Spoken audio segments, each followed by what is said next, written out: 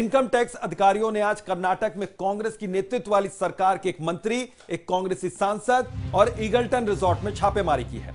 इसी रिजॉर्ट में गुजरात कांग्रेस के 40 से ज्यादा विधायक ठहरे हुए हैं। इसके अलावा आयकर विभाग के अधिकारियों ने कर्नाटक के ऊर्जा मंत्री डीके शिव कुमार, सांसद डीके सुरेश और कांग्रेस एमएलसी एस रवि की प्रॉपर्टीज पर भी छापा मारा है। डीके शिव कुमार, डीके सुरेश और रवि वो 3 लोग हैं जो गुजरात से आए कांग्रेसी विधायकों की देखरेख में लगे हुए थे। कुल 39 लोकेशन पर यह छापा मारा गया है। तो कर्नाटक में एक तो नहीं बल्कि 39 जगहों पर आयकर विभाग ने छापा मारा है और उस रिजॉर्ट में भी छापेमारी की कार्रवाई हुई है, जिस रिजॉर्ट में 40 विधायक कांग्रेस के इस वक्त ठहरे हुए हैं। तो कर्नाटक के 39 जगहों पर यह छापा पड़ा है। गुजरात के 40 एमएलए जिस रिजॉर्ट में ठहरे हैं वहां पर भी छापा पड़ा है। कुल 39 जगहों पर यह छापेमारी हुई है। तो इस वक्त की बेहद अहम खबर, बड़ी खबर कर्नाटक से आ रही है। रिजॉर्ट में कांग्रेस के 40 एमएलए जहां ठहरे हुए हैं उस रिजॉर्ट में छापेमारी हुई है। इसके अलावा 39 जगहों पर यह कुल छापेमारी हुई है। तो कर्नाटक में 39 जगहों पर आईटी डिपार्टमेंट की रेड। इस वक्त की बड़ी खबर ईगल्टन रिजॉर्ट में भी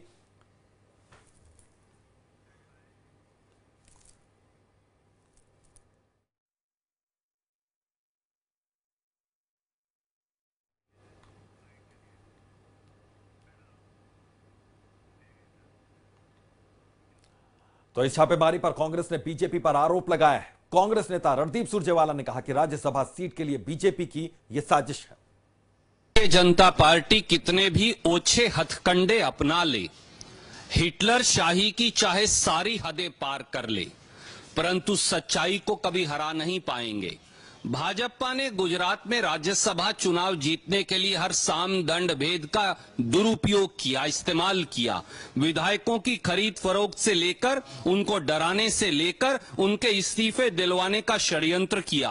और अब एक झुंझलाई और बौखलाई भारतीय जनता पार्टी की सरकार इनकम टैक्स विभाग का दुरुपयोग कर चारों तरफ इनकम टैक्स रेड्स करवा रही है। तो इसी खबर पर आज बातचीत के लिए हमारे साथ गोविंद ठाकुर इस वक्त जुड़े हुए हैं, एडिटर हैं नेशनल अफेयर्स के। गोविंद जी, क्या वाकई जो हमें तस्वीर नजर आ रही है छापेमारी की वाकई यही है, या फिर जो रणदीप सुरजेवाला जो आरोप लगा रहे हैं बीजेपी पर, उस आरोपों में भी कोई सच्चाई है? अब तो ये बात जरूर है कि बीजेपी की तरफ से या सरकार की तरफ से अगर जो बात देखी जाए तो उनका कहना है कि ये अदालत का जो है फरमान है और इसमें आईटी डिपार्टमेंट का ये काम, इससे सरकार का लेना देना नहीं है। हाँ। लेकिन जिस समय में ये घटना हुई है 39 ठिकानों पे खासकर कांग्रेस के नेताओं को ही लेकर लगभग ये छापेमारी हुई है। और जिस तरह से जो इलिंगटन जो होटल रिसोर्ट्स है उसमें 42 जो विधायक जो हैं एमएलए गुजरात के, उस पर छापेमारी। गोविंद जी आपके पास लौटता हूं। मीम अफजल साहब हमारे साथ फोन लाइन पर जुड़ गए हैं, कांग्रेस के नेता हैं। मीम अफजल जी, इस छापेमारी को किस तरीके से देख रहे हैं? क्या इसको सियासी चश्मे से ही देखना सही होगा? ये सिर्फ सियासी चश्मे से ही देखने की बात है जी, इसके अलावा कुछ भी नहीं है। ये सब जो कुछ भी कर रहे हैं, इससे मैं समझता हूं कि मोदी जी ने जो कुछ साग 2-3 साल में थोड़ी बहुत जो अपनी बनाई है और मीडिया ने उसको एक बड़ा अच्छा उनका हाथ बटाया है कि उसको खाक में मिलाने की, उसको मट्टी में मिलाने की साजिश खुद उनके लोग कर रहे हैं। मैं समझता हूं इन हरकतों को पूरा देश देख रहा है। जिस तरह से पहले वहां पर हमारे एमएलए को रिश्वत देके या डरा धमका करके तोड़ने की कोशिश की गई जी, जिस तरह से उत्तर प्रदेश के अंदर समाजवादी पार्टी और बीएसपी के 3 एमएलसी से रिजाइन करवाए गए और अगले ही रोज उनको बीजेपी ज्वाइन करा ली गई।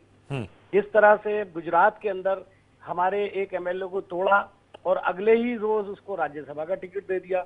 एक तरफ तो बीजेपी हमारे ऊपर इल्जाम लगाती है कि हम बहुत करप्ट हैं, दूसरी तरफ जैसे ही हमारा आदमी कोई टूट के उनकी तरफ जाता है या वो उसको लालच देते हैं या डरा धमका के उसको अपने यहाँ ज्वाइन करा लेते हैं और लगता है जैसे उसको character certificate Bharatiya Janata party ने दे दिया कि वो करप्शन में बिल्कुल इन्वॉल्व नहीं है। मैं ये समझता हूँ कि भारतीय जनता पार्टी ये सब हरकतें करके जो कुछ उसने नेक नियति के साथ काम किए हैं वो भी सब बर्बाद करने का काम कर रही है।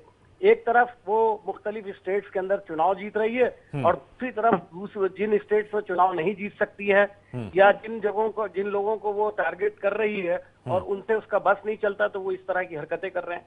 मैं समझता हूँ बेंगलोर के अंदर जिस तरह से इन लोगों ने ये छापामारी आज की है, आज पूरा देश देख रहा है और आज सारे न्यूज चैनल भी देख रहे हैं। खासतौर पे उन न्यूज चैनल्स की मैं बात करता हूं जो बीजेपी की सुबह से शाम तक तारीफों के पुल बांधते रहते हैं। मेरा ख्याल है इस सारे वाकये पे आज वो भी कुछ ना कुछ हताश जरूर होंगे।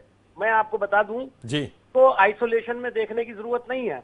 ये डेमोक्रेसी पर सीधा सीधा हमला है कि अपोजिशन को खत्म कर दो, उसके बाद आपके खिलाफ कोई बात करने वाला नहीं है। एक मीडिया है जो इनके खिलाफ बात कर सकता है, उसको पहले ही किसी हद तक इन्होंने राम कर लिया है। लेकिन मैं आपको बता दूं कि मीडिया भी इससे बचेगा नहीं। जो लोग इनकी रडार पे नहीं आएंगे उनका हाल उसी टेलीविजन चैनल की तरह से होगा जिसके ऊपर रेडिट की गई लेकिन कुछ भी इनको नहीं मिला वहां पर।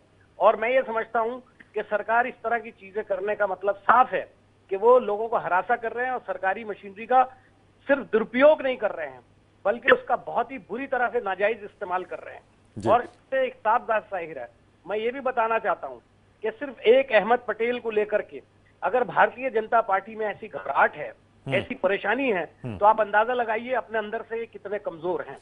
ये बहादुरी की बातें नहीं है कि आप हमारे जिस रिजॉर्ट के ऊपर जाकर के ठहरे हुए उनके मंत्री के ऊपर, कांग्रेसियों के ऊपर मीम अफजल साहब बहुत बहुत शुक्रिया। थोड़ी समय की थोड़ी कमी है लेकिन आपके तेवर बहुत तल्ख है। यहाँ पर एक तरफा इस कार्रवाई को बताया जा रहा है। बहुत बहुत शुक्रिया न्यूज़ वर्ल्ड इंडिया से बातचीत। गोविंद ठाकुर जी हमारे साथ जुड़े हुए हैं, हमारे एडिटर हैं नेशनल अफेयर्स के।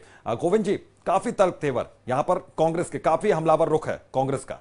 बिल्कुल, देखिए होना ही चाहिए क्योंकि जिस पोजीशन में उन्होंने अपने एमएलए को इलिंगटन रिसोर्ट में रखा था, इसके बाद उसी जगह पर छापेमारी की जाती है और उनके मंत्री, एमएलसी, एमएलए के यहाँ छापेमारी की जाती है। ठीक है, ये एक कानूनी प्रक्रिया के तौर पर कहा जा सकता है बीजेपी की तरफ से, लेकिन जो समय है, जिस समय में ये इस तरह की घटनाएं घटी है, इस पर सवाल तो उठते ही हैं।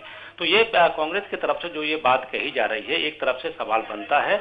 हालांकि देखिए सीबीडीटी के जो डायरेक्टर हैं सुशील चंद्रा, उनका कहना है कि हमें होटल से कुछ नहीं मिला है और इसमें जो भी छापेमारी पड़ी है उसमें एमएलए का कोई लेना देना नहीं है। ये सफाई दी जा रही है, लेकिन क्योंकि अब ये मामला राजनीतिक रूप ले लिया है तो संसद में इस बात को उठाया जा रहा है और मुझे लग रहा है कि आज दिन भर का जो घटनाक्रम है संसद की, वो इस पर ठप रहेगा। क्योंकि जिस तरह से विपक्षी पार्टी एकजुटता इस पर दिखा रही है, उस पर से सरकार को सफाई देना पड़ा। बैकफुट पर है सरकार पूरी तरह। बिल्कुल, बहुत बहुत शुक्रिया गोविंद ठाकुर। तो यहाँ पर कहा जा रहा है कि ये जो कार्रवाई है इसमें उन एमएलए का कुछ भी लेना देना नहीं जो उस रिजॉर्ट में है, लेकिन कहीं ना कहीं यहाँ दबाव एक तरीके से डाला जा रहा है। ये कांग्रेस का आरोप है कि उसी रिजॉर्ट में क्यों छापा मारा गया जहां पर 40 विधायक इस वक्त कांग्रेस के रुके हुए हैं।